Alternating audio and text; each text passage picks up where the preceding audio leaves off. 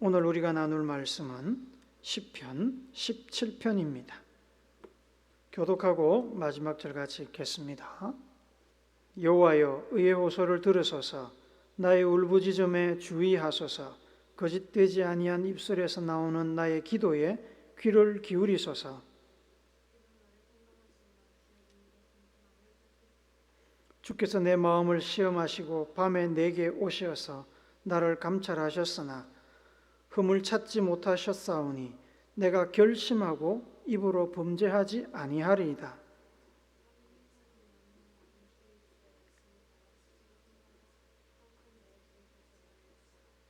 나의 걸음이 주의 길을 굳게 지키고 실족하지 아니하였나이다.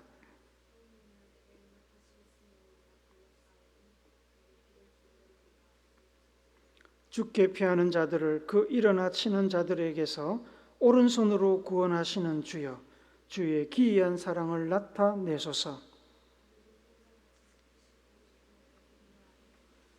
내 앞에서 나를 압제하는 악인들과 나의 목숨을 노리는 원수들에게서 벗어나게 하소서.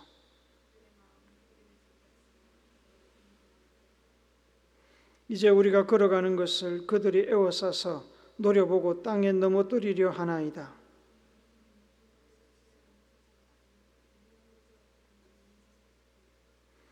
여호와여, 일어나 그를 대항하여 넘어뜨리시고 주의 칼로 악인에게서 나의 영혼을 구원하소서.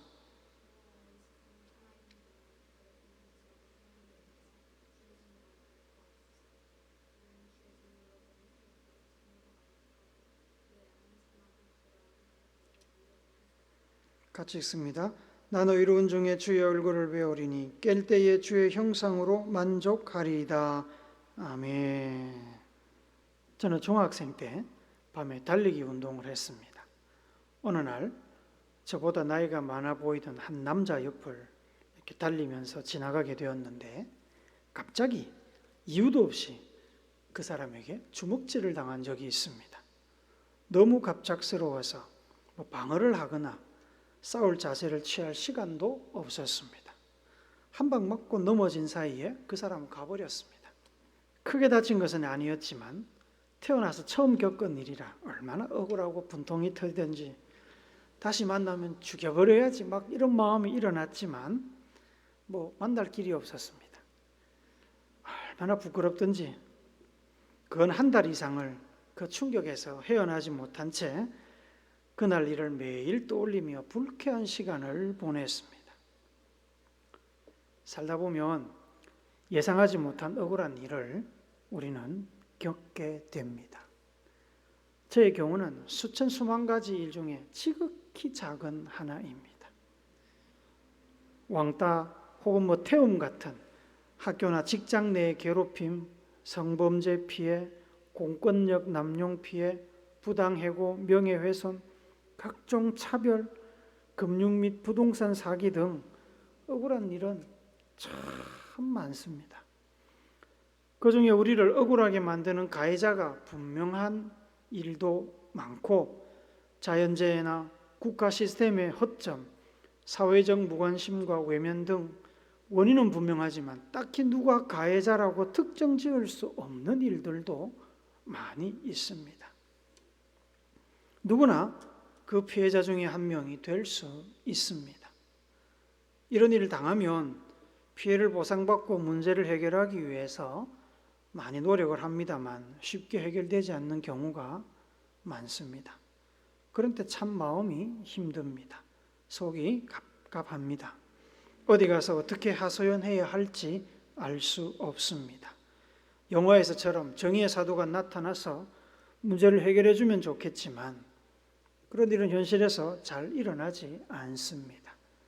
아무리 생각해도 내가 잘못한 것이 없는데 설사 내가 잘못을 했다고 해도 이만큼 억울한 일을 당할 정도는 아닌데 수십 수백 번 상황을 곱씹어 봐도 용납되지 않고 이해가 되지 않는 그런 일들이 우리의 삶 가운데 일어납니다. 우리는 다시 현실로 돌아가 삶을 이어가야 하기에 마음에 절망과 체념이라는 큰 상처를 새겨놓고 묻어두고서 앞으로 또박또박 또 걸어갑니다. 어떤 상처는 세월이 지나면 무뎌지고 아물기도 하지만 어떤 상처는 생각날 때마다 과거의 아픔이 비수가 되어서 상처난 마음을 다시 찌르기도 합니다. 오늘 시편의 배경도 역시 다윗이 당하고 있는 어떤 고난입니다. 죄가 많은 곳에 은혜가 많듯이 고난과 역경 그리고 눈물이 많은 곳에 하나님을 향한 기도와 응답의 역사도 많이 일어나는 것이 사실입니다. 오늘 시편에서 다윗은 매우 다급하고 억울합니다. 다급하다고 말씀을 드리는 것은 다윗이 당하고 있는 어려움이 그만큼 급하고 치명적이라는 뜻인데, 하나님의 도움을 요청하는 다윗의 표현들이 많이 이 한 시편에서 나오는 것을 보고 알 수 있습니다. 사람이 다급해지면 말이 많아집니다. 1절에서만 3번이나 다윗은 하나님의 도움을 호소합니다. 우리 1절 한 번 더 읽어봅시다. 시작. 여호와여 의의 호소를 들으소서, 나의 울부짖음에 주의하소서. 거짓되지 아니한 입술에서 나오는 나의 기도에 귀를 기울이소서. 1절에 보시면 호소를 들으소서, 울부짖음에 주의하소서, 기도에 귀를 기울이소서, 이렇게 3차례나 하나님께 도움을 구하고 있습니다. 6절에 보시면 귀를 기울여 내 말을 들으소서. 7절에는 구원하시는 주여 사랑을 나타내소서. 8절에는 눈동자같이 지키시고 주의 날개 그늘 아래에 나를 감추어 주소서. 9절에는 벗어나게 하소서. 13절에서는 그를 대항하여 넘어뜨리시고 나의 영혼을 구원하소서. 14절에서도 주의 손으로 나를 구하소서. 얼마나 마음이 급했으면 계속해서 다윗이 도와주세요, 구해주세요를 반복하고 있습니다. 예레미야 33장 3절에 보시면 하나님께서 이렇게 말씀하십니다. 같이 읽어봅시다. 시작. 너는 내게 부르짖으라. 내가 내게 응답하겠고 내가 알지 못하는 크고 은밀한 일을 내게 보이리라. 하나님은 우리에게 부르짖으라고 하십니다. 부르짖으란 말은 소리를 크게 하라는 말은 아닙니다. 물론 소리를 크게 해서 기도하는 것도 부르짖는 것입니다. 하지만 하나님께 부르짖으라고 하시는 것은 단지 소리를 크게 지르는 것만 이야기하는 것이 아닙니다. 따라해 봅시다. 간절히, 진심으로, 전심으로 하나님께 구하라. 간절히, 전심으로 하나님께 구하라. 이게 부르짖으라는 말씀의 뜻입니다. 여러분, 간절하다는 것이 무슨 뜻인지 아십니까? 성경에 보면 이 간절하다는 의미를 너무 적절하게 잘 표현한 말씀이 나옵니다. 시편 63편 1절 말씀을 읽어봅시다. 시작. 하나님이여 주는 나의 하나님이시라. 내가 간절히 주를 찾되 물이 없어 마르고 황폐한 땅에서 내 영혼이 주를 갈망하며 내 육체가 주를 앙모하나이다. 왜 주를 갈망하고 왜 육체가 주를 앙모합니까? 물이 없는 사막에서 물이 없어서 죽게 생겼으니까. 물이 없는 황폐한 땅, 광야, 사막, 어떤 땅입니까? 죽음의 땅입니다. 물이 없으면 나무도 풀도 동물도 사람도 살 수 없습니다. 어느 날 누군가 여러분을 납치해서 죽음의 땅, 먼지만 날리는 황폐한 땅에 던져놓고 가버렸다고 한번 생각해 봅시다. 여러분은 어떤 심정일까요? 처음에는 여러분을 납치한 사람들이 막 믿고 분노가 나겠지만, 걱정도 되고 근심도 되고 원망이 생기겠지만, 여러 가지 잡생각으로 머리가 혼란스럽겠지만 시간이 지나면 딱 한 가지 생각밖에 남지 않습니다. 살고 싶다. 이 생각밖에 안 납니다. 누구라도 좋으니까 좀 살려주었으면 하는 그런 애타게 바라는 마음, 생사의 기로에 서서 뒤에는 적들이 쫓아오고 앞에는 천길 낭떠러지가 놓여 있는 것과 같은 절체절명의 순간에 살기를 바라는 그 단 한 가지의 마음이 바로 간절함입니다. 시편 61편도 다윗의 시입니다. 다윗은 간절하게 하나님께 구하는 것이 어떤 건지 알았습니다. 그래서 그는 물이 없는 황폐한 땅에 있는 것과 같은 마음으로 더 이상 물러설 곳이 없어서 배수의 진을 친 사람의 심정으로 하나님을 찾았습니다. 애타게 그리워했습니다. 앙모하나이다. 오늘 본문 10편, 17편에서 다윗은 간절히 혹은 애타게 이런 표현을 사용하지 않습니다만 1절에 보시면 울부짖음이라고 표현합니다. 여러분, 울부짖는다는 게 뭔 말입니까? 울면서 부르짖는다는 겁니다. 그건 곧 간절함의 표현이죠. 울면서 부르짖는다. 우리가 타임머신을 타고 이 기도시를 기록하던 그 시대의 다윗을 찾아간다면 그는 틀림없이 어딘가에서, 그것이 성전이든 침실이든 혹은 광야에서든 무릎을 꿇고 목이 터져라 울며 간절히 하나님 앞에 도와달라고, 살려달라고, 악인들의 공격에서 보호해달라고 기도하고 있었을 것입니다. 다윗은 지금 절박합니다. 더 이상 물러설 곳이 없는 죽음의 낭떠러지 끝에 서 있습니다. 그늘이라고는 찾아볼 수 없고 물 한 방울 찾아볼 수 없는 죽음의 땅에 서 있습니다. 그는 그를 대적하고 죽이려는 사람들에게 쫓기고 위협받고 있습니다. 사면초가의 상태입니다. 도움이 나올 것은 하늘밖에, 하나님밖에 없어서 하나님의 도움을 찾고 있습니다. 그러면 도대체 다윗을 공격하는 대적들이 어떠했길래 다윗이 이렇게 간절할까요? 9절에 보니까 내 앞에서 나를 압제하는 악인들, 나의 목숨을 노리는 원수들이라고 표현하지요. 좀 더 구체적으로 표현하는 것이 11절, 12절에 나옵니다. 우리 세번역 성경으로 11절, 12절을 같이 읽어봅시다. 시작.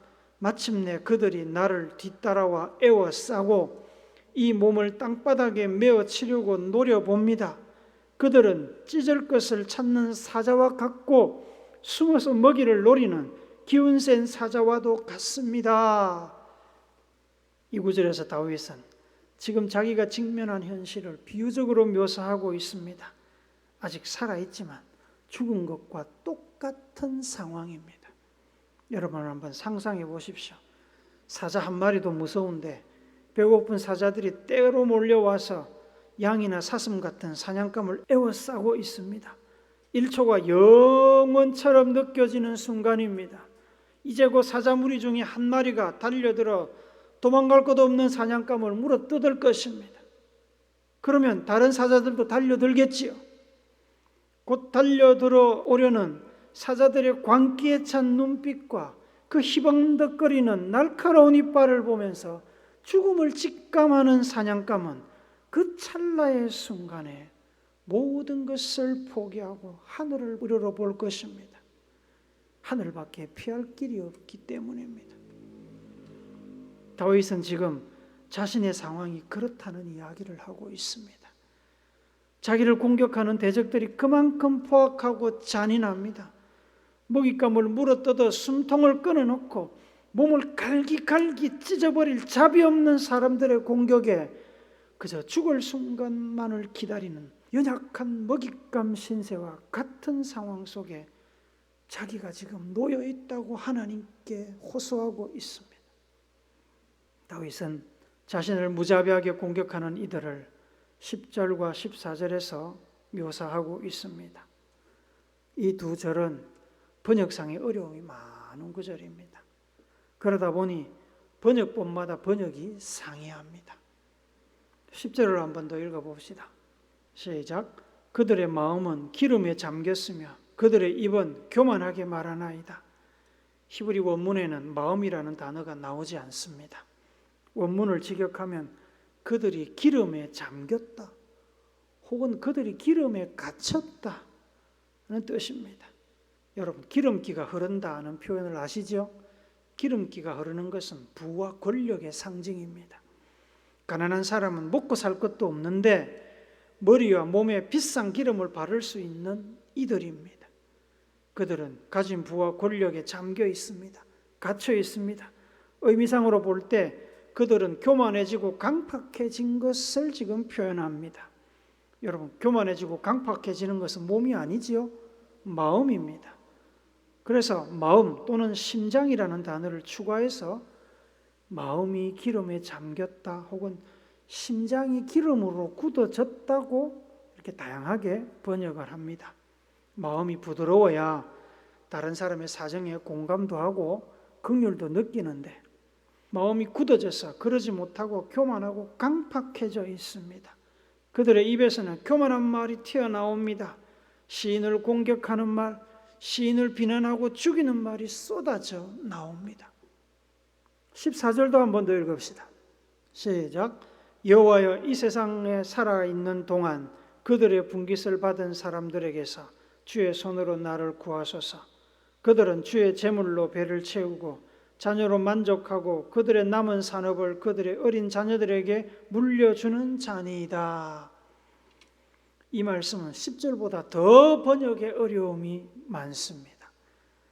학자들 중에는 사본이 전래되는 과정 중에서 아마 중요한 몇몇 단어들이 소실되지 않았을까 생각하는 사람들이 있을 정도로 이 단어와 단어 사이에 번역상의 공백이 너무 많습니다. 그래서 하나된 해석이 어렵고 번역자의 상상력이 많이 요구됩니다.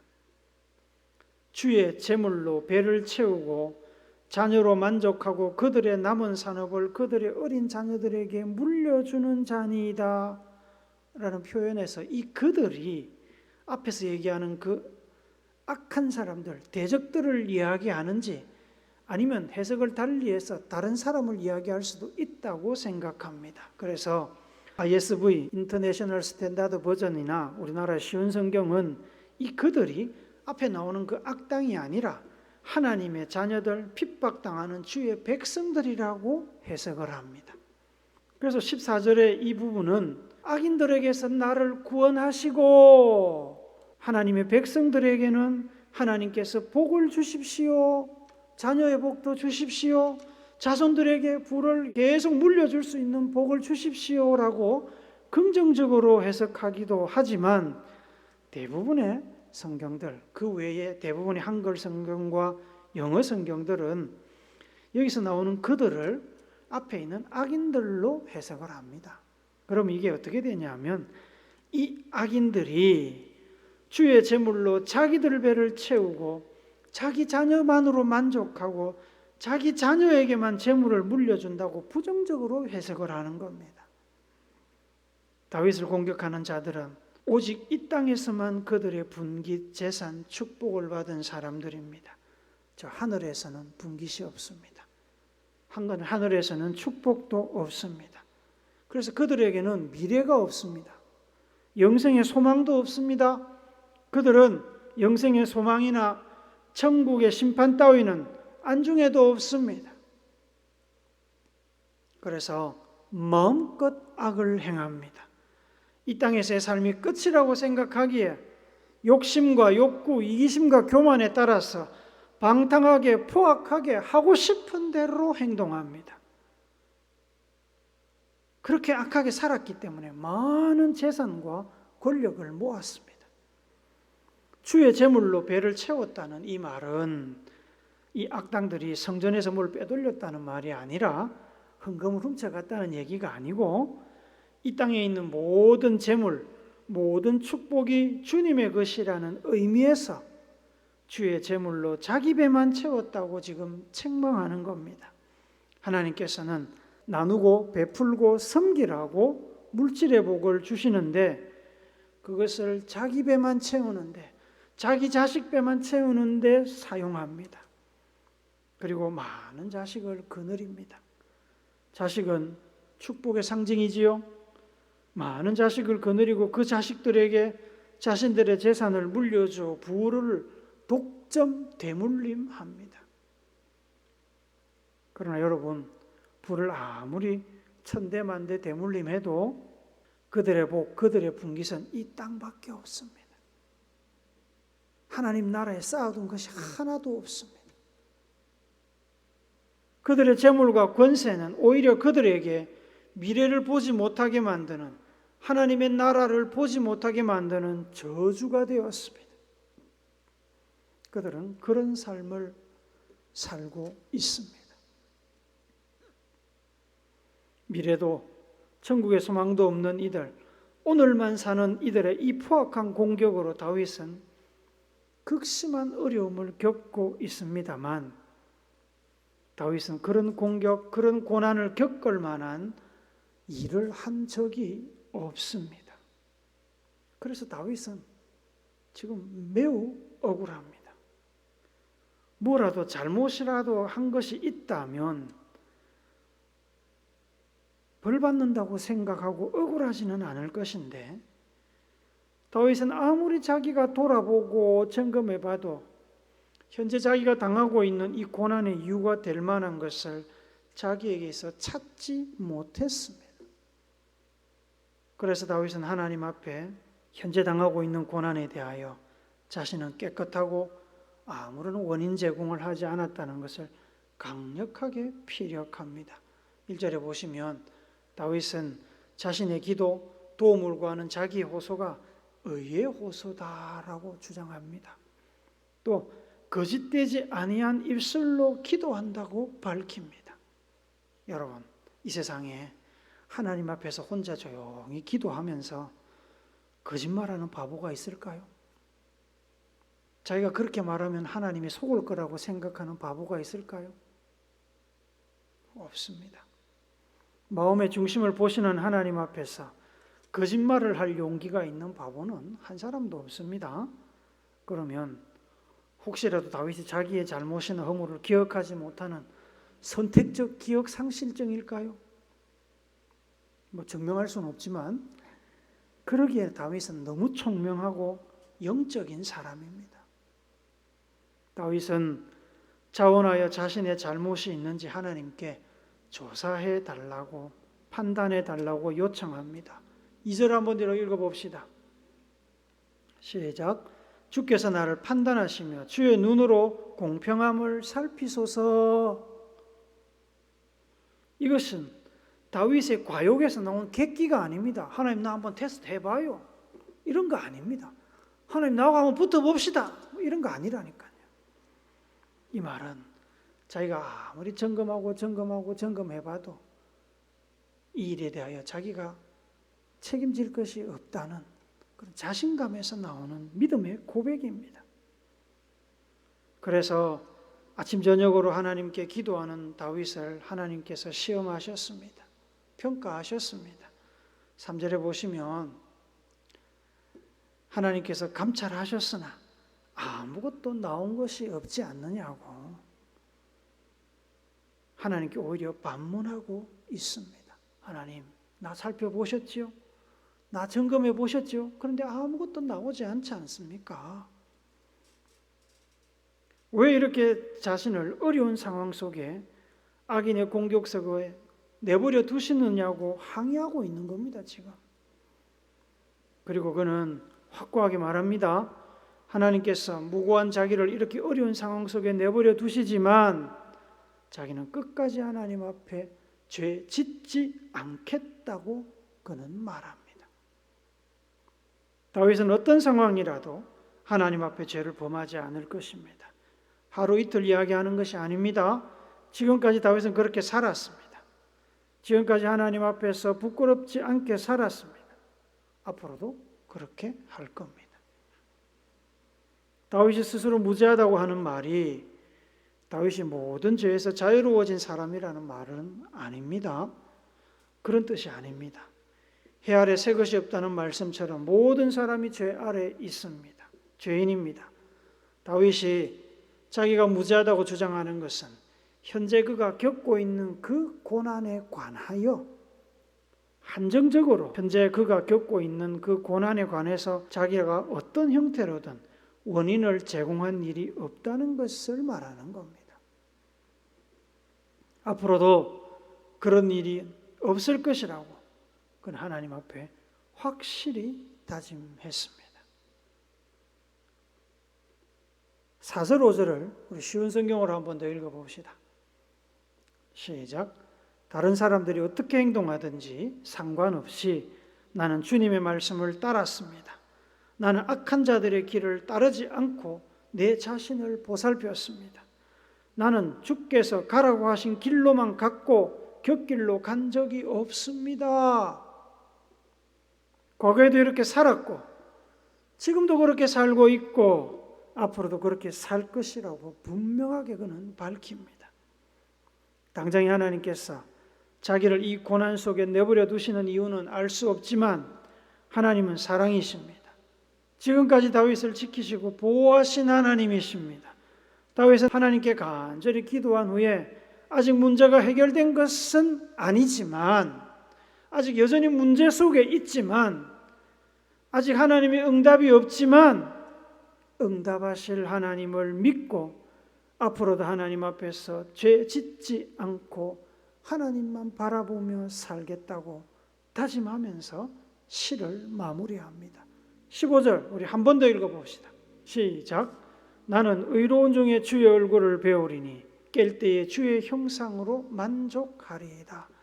나는 의로운 중에 주의 얼굴을 배우리니 죄 짓지 않고 경건하게 믿음을 지키며 하나님께 구하겠다는 말입니다. 주의 형상으로 만족하리이다. 오직 주님께서 나를 만드신 그 모습대로 나를 지켜가기 위해서 때로 내가 고난당하고 손해보고 억울한 일 당해도 그것으로 만족하겠다는 겁니다. 사랑하는 오늘 교회성도 여러분, 억울한 일을 당하면 사람의 마음이 강팍해지고 그런 일을 허락하신 하나님께 원망도 나오기 마련입니다. 근심과 걱정이 몰려오고 반발감과 함께 패배감도 몰려옵니다. 마음이 무너지며 자포자기하게 됩니다. 자포자기하게 되면 사람이 막 살게 됩니다. 어차피 망할 것, 이래 사나 저래 사나 똑같다고 생각하면 모든 그때까지 나를 붙들고 있는 기준들, 질서들 다 놓아버리고 되는 대로 살게 됩니다. 하지만 다윗은 그렇게 살지 않았습니다. 하나님께 무릎 꿇고 하나님의 공의롭고 지혜로운 판단에 자기의 삶을 맡기고 하나님의 도우심을 구했습니다.